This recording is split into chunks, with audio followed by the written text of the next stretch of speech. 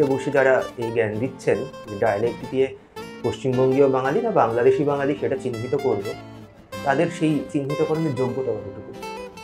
তারা কি ডায়ালেক্ট শুনে এই ডায়ালেক্টটি মেদিনীপুরের এবং এই ডায়ালেক্টটি ফরিদপুরে সেইটা তারা বিভাজন করতে পারবেন?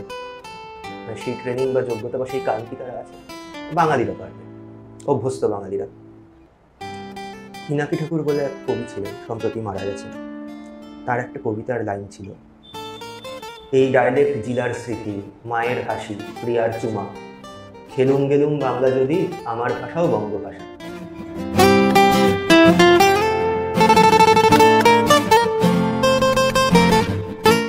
কিছু কিছু শব্দ আলাদা করে চিহ্নিত হলো, যে শব্দগুলো শুধুমাত্র বাঙালি মুসলমানরাই ব্যবহার করেন, অবাঙালিরাও করেন, হিন্দু মুসলমান নির্বিশেষে।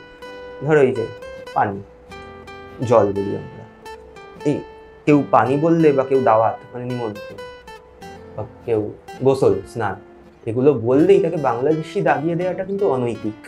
তার কারণ পশ্চিমবঙ্গে বসবাসকারী বহু মুসলমান বাঙালিও এই শব্দগুলো ব্যবহার করেন তাদের পারিবারিক পরিসরে, বাইরের পরিসরে হয়তো নাও করতে পারেন।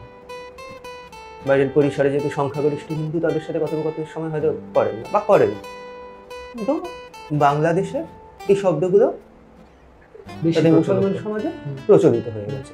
কিন্তু তা বলে এগুলোর উৎস আরবি ফার্সি হতেই পারে, আরবি ফার্সি উৎস আরও অনেক আছে, ফলে সেগুলো একটা অংশের বাংলা ভাষায় মিশে গেছে, তার মানে সেটা যে বাংলা নয় এই কথাটা বলা অন্যায়, 1 নম্বর কথা। আর 2 নম্বর, এই প্রসঙ্গে আরেকটা কথা বলতে চাইবো আমি। কবির সুমনের একটা খুব সুন্দর বিষয় ছিল, সেটা হচ্ছে একটা গানের লাইন, পাকস্থলিতে ইসলাম নেই, নেই তো হিন্দু আমি, তাতে যাহা জল তাহা পানি। কাজেই শব্দ ব্যবহার দিয়ে বাংলাদেশি বা পশ্চিমবঙ্গীয় বাঙালি সেটা চিহ্নিত করা হয়তো যেতে পারে, কিন্তু সেটা দিয়ে বাংলা ভাষাকে ডিসক্রিমিনেট করার চেষ্টা করলে সেটা ছোট হবে। কারণ পশ্চিমবঙ্গে বহু মানুষ ব্যবহার করে। আসলে আমাদের দুর্ভাগ্য, বহু মানুষ মুসলমানদের বাঙালি বলে ভাবতেই কষ্ট করে।